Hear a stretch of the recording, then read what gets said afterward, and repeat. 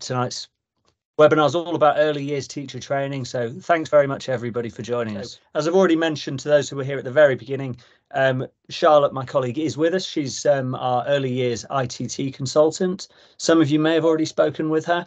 She handles basically all of the aspects around the enrolment and the onboarding of basically new trainees on our early years teacher training course. She's a little bit under the weather tonight, so she's just going to join us in the chat for the most part. I'm going to be entrusted to do the talking on the slides for now. And yeah, my name's Phil. I'm the marketing executive at e-Qualitas, and I basically support on all aspects of the marketing and the website and things like that. Everything around video, things that support the curriculum as well. So the key areas I want to have a look at tonight, I'll give a quick introduction to e-Qualitas, so you can have a bit of our background. I'll also have a look at our curriculum intent. Again, lots of it on our website, but I'll give you a good overview of what our curriculum intent for early years and also for teacher training covers. We'll have a look at the benefits of early years ITT. Some of you might have seen we have a lot of content around our website, and I believe Charlotte has emailed some of that info as well, but we'll go through some of those benefits, as well as I think probably one thing that we get asked a lot is the eligibility. We'll cover that, so you have an idea of what we need to get enrolled. We'll have a look at the training and assessment, so what the course actually involves once you're enrolled on it, and then we'll go back and have a look at the early years ITT curriculum, which I know a lot of settings particularly will want to have an understanding of, and that is something which I'll skim over in this presentation, but I have got a sort of trusty handout that I'll email everybody afterwards, which is our curriculum on a page. So there is something to kind of back that up and give you a sort of more in-depth overview after the webinar. Then we'll have a quick look at how the kind of program runs in terms of the mentors, tutors, and sort of how the tutors, mentors, and the program basically impact on the trainee. If you have any questions along the way, feel free to drop them into the chat, and my colleague Charlotte, who's in the chat as well, will address those at the end, as will I, when we come to have a look at those at that point in the presentation. So I'll move on to the next slide. It might take a minute to load, but hopefully any second you'll see a photograph of our base, which is Hend House. That's the building on the top right when you get to the slide on your screen, and the photograph with it is a photograph of training taking place in Hend House. So that's where e-Qualitas is based, on Shaftesbury Avenue in West London. So a really nice place to visit. And yeah, basically that's where Charlotte's based and where a lot of our training takes place. I'll run through the info we've got there. So e-Qualitas is recognised as one of the country's leading teacher training providers. We've successfully trained thousands of teachers in partnership with schools. So we've done a lot of initial teacher training and also working in early years teacher training, based in London. So for the most part, because aspects of our training are in person, we work with schools and settings across the south of England. So basically everything about as far north as around Birmingham usually is practical. We're working with settings in Bristol. So basically, if you can commute to London or visit London for the training days, then you would be able to enroll in one of our programs. Aside from that, we're DfE accredited, which I mentioned at the start. And recently, you'll see that we've got the Ofsted Good Provider logo in our slide, which is down to actually it was a February 2023 inspection. We had a very in-depth inspection at Hend House, and yeah, pleased to say that we came back with a good report from that, which we feel was very much justified, and yeah, we take that forward into the next academic year. So we're looking forward to that. So I'll move on to the next slide. So the curriculum intent is something that is really central to everything we do at e-Qualitas. It is very much the same actually for our initial teacher training for secondary and primary schools as it is for our early years teacher training. So I've pulled out some of the key bullet points of it. And like I say, you will see a lot of it on our website and around our offices if you do visit us at Hend House, that are Our intent is to produce confident professionals who reflect habitually on their own practice and learn effectively from the work of their peers. We aim to create teachers who are intellectually curious and able to engage with and evaluate the best available evidence research of our profession. And that's something that, as the curriculum sort of unfolds, is really central. It's all about working with the research, and the latest kind of research and developments and evidence in our profession is something that is very central to all of our tutors and what drives them in the training that they deliver. Trainees who are innovative and adaptable and confident to make decisions to improve the outcomes of the pupils they teach. I think when we get onto the curriculum intent part of this and the curriculum on a page that I email out, you'll really see that the kind of components of our curriculum are very much centered around creating people who are innovative and adaptable, and that confidence to have the right presence in the classroom or when they're with students or with children that they're working with. So, and then the final one here, that cognizant of the professional responsibilities of a teacher and aware of their part in creating an equality of experience for all pupils. I think that's obviously a point that's very, very important for early years, because it's all about raising the early years experience of the children in the setting and basically ensuring that that's equal. So I think that as much as that's in our secondary and primary school curriculum intent, it really does stand out as one of the key points for early years. As I mentioned, that's sort of an overview. There are more points to our curriculum intent. Everybody who's at e-Qualitas knows it well. I mean, that's one of my key parts as the marketer is also the internal communication of that, and it really drives everything we do. If we make a decision, it's always based on, is it in line with our curriculum intent? So yeah, hopefully that's something you'll see during every engagement you have or any conversation you have with somebody at e-Qualitas.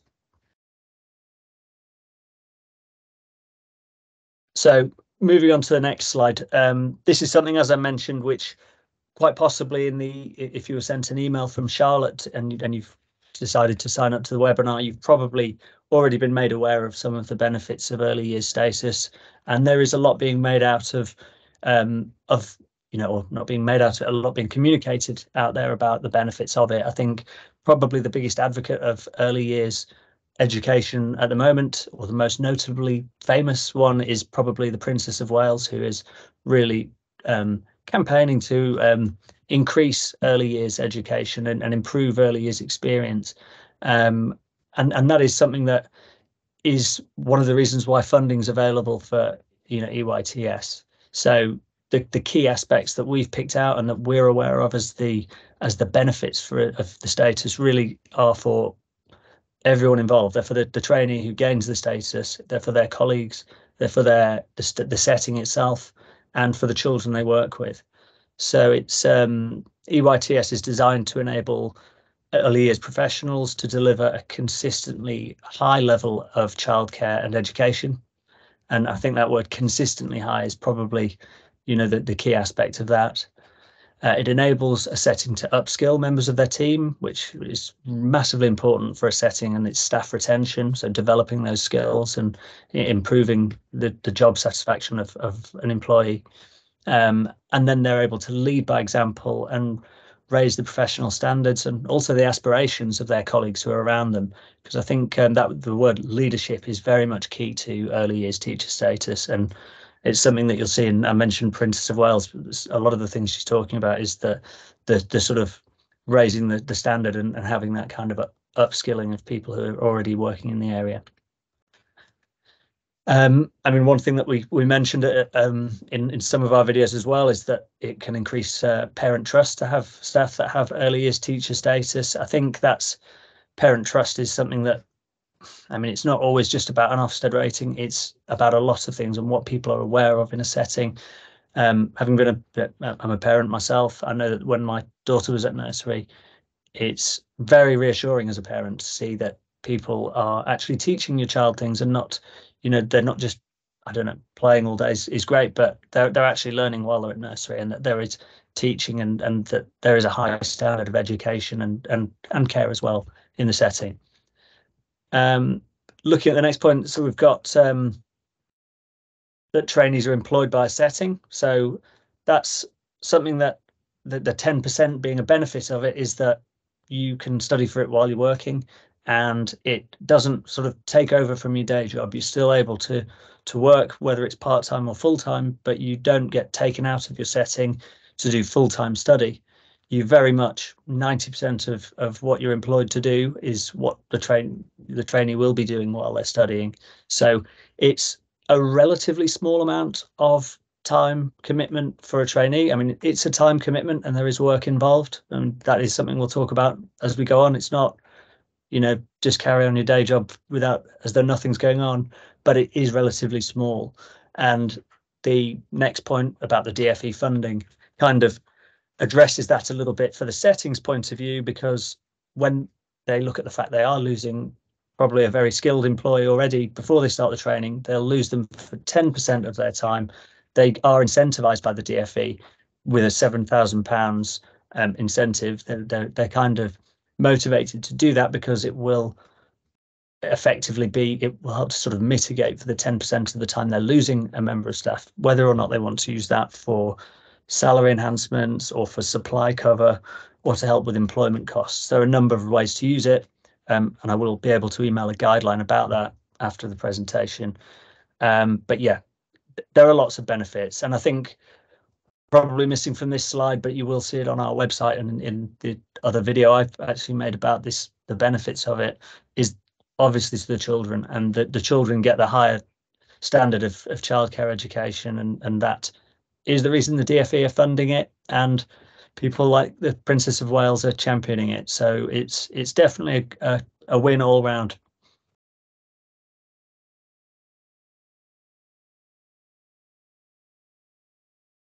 As mentioned, if anyone has any questions while I'm running through these, do feel free to stick them in the chat, and we'll get back to you at the end when we've been through all of our slides.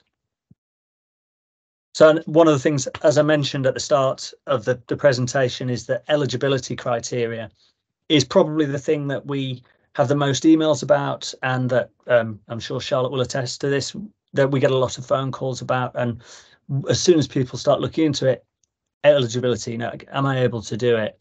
And to be honest, that it's quite a simple equation for whether or not you can. I mean, first off, it's an employment-based route, so I'll go through an order. It's an employment-based route, but it's for trainees that have a bachelor's degree. They have to have their GCSEs grade C or 4 or above in English language, maths and science. They have to have the right to study and work in the UK, which means they have to have been ordinarily based in the UK for the last 3 years as well. And yeah, they have to be employed by an early years setting or a school with a reception in order to have the DfE funded program available to them. And then the last point, for some reason it's on the same line. That's my mistake, but there is an interview, so it's subject to an interview. This is where, if you were to apply for the program, you'd speak to Charlotte first, and then your setting would speak to Charlotte first if you were the trainee, and then Charlotte and most likely Jill, who's our curriculum director or one of the tutors in the program, would then go through an interview with the trainee and get a good understanding of the setting and the trainee, as well as providing obviously proof of and documentation for the degree and the GCSE grades.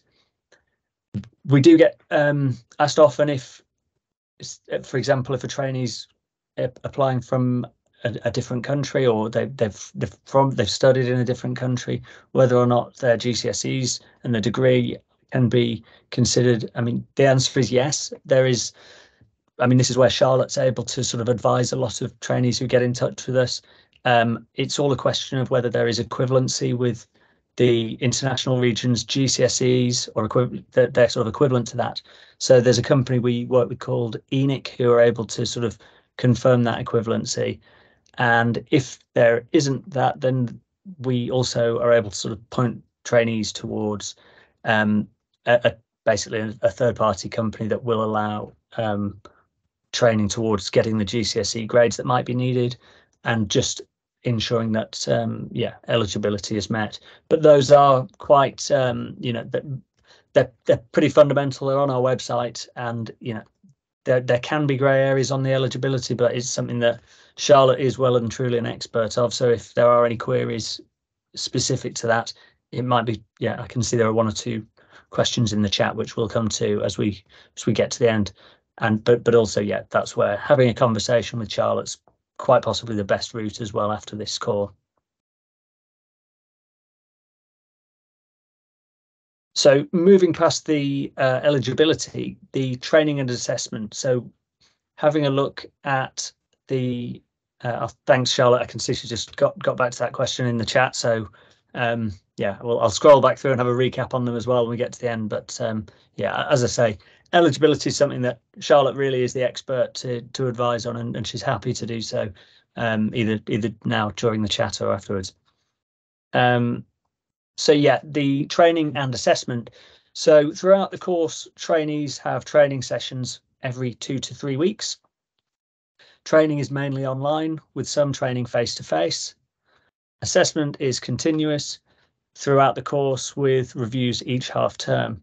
So the training itself, the face-to-face sessions, are actually more like a conference for the full cohort to attend, and that will be where some aspects like knowledge audits take place at the start of the programme, which effectively enables the tutors to kind of tailor the learning and the key areas of focus to each trainee. It's something I'll come to in the next slide, but the question we also have, obviously I mentioned we have trainees who will enrol from Bristol or from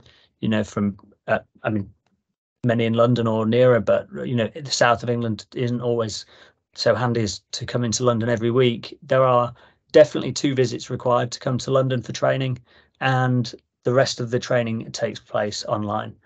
And I'll move on to the next point. So from that training, a lot of the assessment will take place online. So that's whereby the trainees compile an e-portfolio of evidence, which includes examples of planning and teaching, leading practice, reflections and research. The portfolio is uploaded and stored on our online platform. So that's called Matas. It's really user-friendly, and that's then accessible to the trainee, the mentor, so the mentor of that trainee within their setting, and also their tutor. And that's where the assessment will take place. It's the same thing we use for our secondary and primary teacher training as well. It's been through a lot of improvement as well in the last 12, I think about before this academic year, it had a lot of improvements made, and it's sort of more user-friendly than it's ever been. It's something you'll see it linked on our homepage. It's where trainees log into that. So that's in the top right if you're seeing it. So once you enrolled, you'd have a login, and that's how you'd access the portal. Aside from that, so trainees, if for example you were to enroll from a nursery setting as a trainee, then you would have a placement in reception or working with reception in, for example, a school to teach phonics and maths. So that sort of pans out as being 2 blocks of 10 mornings as a minimum. So that's normally something that takes place in the spring term. I'll touch on it again in a later slide, but those placements are something that, they may be easier for some trainees to work out if they, for example, already are in contact with another setting where they can have that placement. But it is something that our tutors can assist with if there is, some assistance required through the network of partners and partner schools and settings that we have. So I mentioned that this is our curriculum on a page. So I held it at the handout at the start. It's something I'll email after the presentation, because it does give you a good overview. Each component is broken down into what a trainee comes to know and understand through the training sessions. So we've got that our curriculum is created using 11 key components, each of which fit together to provide a comprehensive introduction to the core body of knowledge, skills and behaviours that define great early years teaching. I'll quickly run through what those are. as I say, there's more information about these on our website. And instead of me sort of rattling through every single bit, I'll email it afterwards, and we're happy to sort of address questions after it. But I'll run through the key components. So these are the things you'd be expecting to find out about from the in-person training conferences, which are at the start and about halfway through the year, and also from the online sessions with tutors. So the first one is mental health and well-being. So that's in the top left of our square. That is all 11 of them fitting together, as I mentioned. Evaluative lesson planning, evidence informed, substantive curriculum knowledge, how pupils learn, SEND, creating a positive and enabling environment, pupil progress, teacher/leader as professional, inclusion and diversity, and phonics and maths. As I say, there's a document I'll email after this, but just to give you an idea of what how much depth I can give you on that, there's the creating a positive and enabling environment breaks down to knowing and understanding, developing a safe and stimulating environment, modeling the positive values, attitudes, and behaviors expected of children, and setting high expectations which inspire, stretch, and challenge young children. So there's a good kind of overview of the key things that you can expect a trainee to be learning in each session, and that's going to be delivered based on the best evidence and latest research into those areas. That is something that, if you visit our office in Hend House, there is a lot of literature that our curriculum team share with trainees. We have whole evidence base that is available, and yeah, there's as much as much evidence as you'd want to engage with, really. It's always being added to, so trainees kind of really gain access to a sort of library of curriculum evidence when they enroll. So yeah, hopefully, I mean, that's a real skim over the curriculum and what it includes. But as I say, there's more information available, and it's something that during the enrolment process and the interview stage as well, that you'd be able to learn a lot more about as well. So I briefly mentioned that it's a personalized program. So I think a lot of that begins with the knowledge audit at the start of the training. So and also in the interview process. So I think the fact that the EYTS program is a personalized program starting with an initial needs assessment to determine trainees' experience and knowledge of EYFS.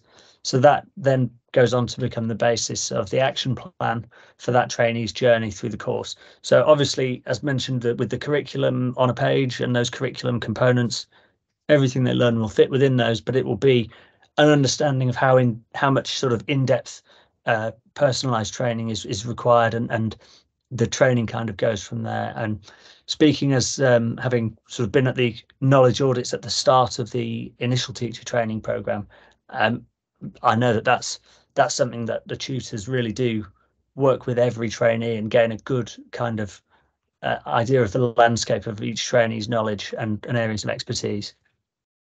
So as part of the program, each setting would have to provide a mentor for their trainee. So the trainees have a mentor in their setting who supports them with a weekly meeting, observing teaching and working closely with the e-Qualitas tutor to contribute to assessment and target setting. There's also an e-Qualitas tutor who will work with and be available via our portal from one point of view with each trainee and deliver the training as well.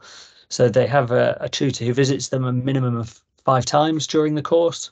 At each visit, the tutor observes teaching and meets with the trainee and mentor to discuss progress and agree the next steps. So it's those aspects that really kind of tailor the program to the trainee.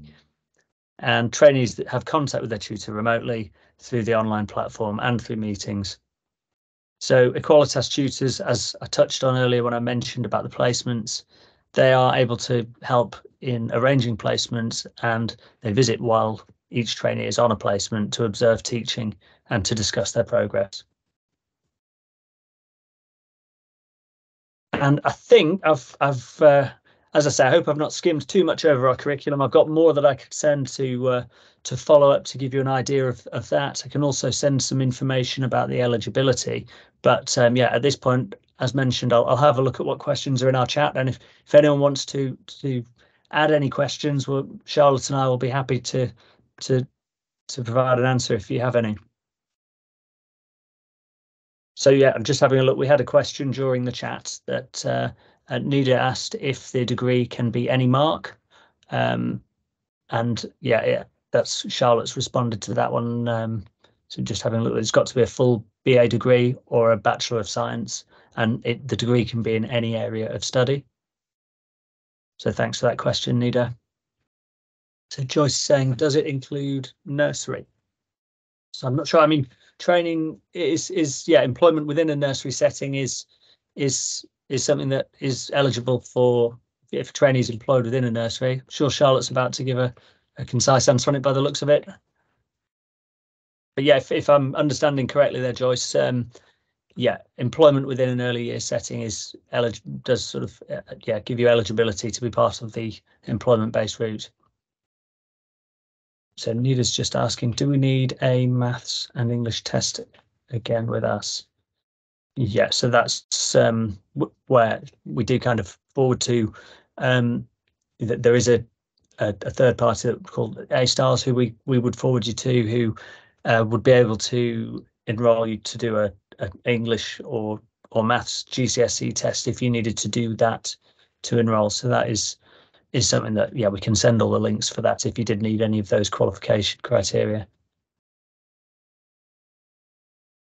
Thanks, Joyce. So I think Charlotte's probably answering it, but I think typically our trainees would already be employed in a setting. So if not already, it would probably be the best would be to start making contact with settings in your local area and making contact with them about employment opportunities and informing them that you're having a look at the EYTS route, the EYITT route. So yeah, thanks, Charlotte. That's Charlotte's responded. Yeah, so that is something we can assist with. Charlotte's a question from Sabine. So I think if everyone's following the live chat, Charlotte's just going to send a response. So yeah, that's a good point. So a lot of our website content you've probably already seen is we also do training for QTS in schools and working with school partnership settings. So yeah, that is something that you can train for further down the line with e-Qualitas if you wanted to. And much like the early years teacher status training, there's a lot of funding and bursaries available for that, and that's something that, yeah, if you wanted further information on that, Sabine would certainly be able to send it as well. Thanks, Nida. I can see your question about the PGCE. No, that's a separate qualification. So that would what the QTS qualification that e-Qualitas provides is the teaching apprenticeship program or school direct program. So effectively they're employment based. So they tend to be salaried training routes that we provide for teacher status. So I think that's all the questions for now. So thanks very much for joining us tonight, everybody. Thanks for your questions as well. They're much appreciated. And yeah, as I say, I'll send the email to follow up, and we'll. Oh, looks like we're getting. I'll hold fire in case Joyce is asking a question, or it's a thumbs up. But yeah, we'll be in touch with some follow up information, and do feel free to get in touch if there's anything that you've not thought or remembered to ask during this bit. Feel free to follow up with any questions, and Charlotte or I will get back to you. Thanks, Joyce. Yeah, you're welcome. Thanks, everybody. Have a good evening.